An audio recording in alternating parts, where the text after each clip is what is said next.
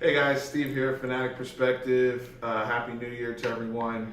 I was able to catch most of the game today and don't have much to, we unpacked a lot of stuff about the 2017 Cowboys season last week, and, we saw a lot more of the same today. I know we got a win over Philly, which is always good.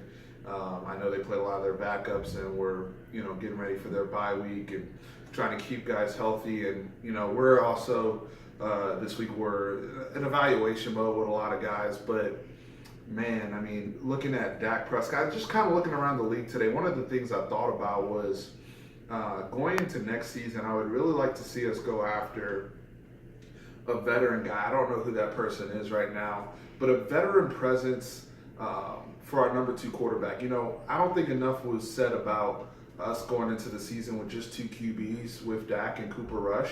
I think that the Cowboys kind of miscalculated how far along, this is my buddy Apollo, how far along Dak was in his development, and they got to kind of step back and recalibrate a little bit. And what I mean by that is I think of somebody like a Josh McCown or somebody that can play a little bit and actually push Dak so that he knows that, he still has to fight for his job and be productive, but at the same token, can help him see things that he's not seeing on the sideline. Because I really believe after that Atlanta game, he suffered from PTSD. His feet just aren't the same. Even today, he got hit a lot, guys. And that leads me to the next thing, this offensive line. I think some other guys on YouTube and people that I listen to have noted that one of the areas of need now in this football team is another tackle, and I completely agree with that. When you look at Byron Bell is not serviceable at left tackle. Lael Collins has been a disappointment at right tackle, and you can't count on Tyron Smith to stay healthy. He's now had 2 years in a row with back issues. So going into the draft, we are going to be picking high enough to where we could potentially look at another tackle, because I think it's going to be a little too pricey in free agency. And the way the cap works, you can't spend money at every position. That's why, I mean, a wide receiver is even going to be too expensive. So you're going to have to try to find, starting with the tackle, somebody that is serviceable enough to hold down either the right side and can kick over to the left side when Tyron's out, and then we can kick Lael Collins back to guard. That's where I think his home is. Again, that right side was brutal today, and seeing guys who aren't elite pass rushers dominate my left and right tackle is unacceptable, and it's hurting the development of Dak Prescott.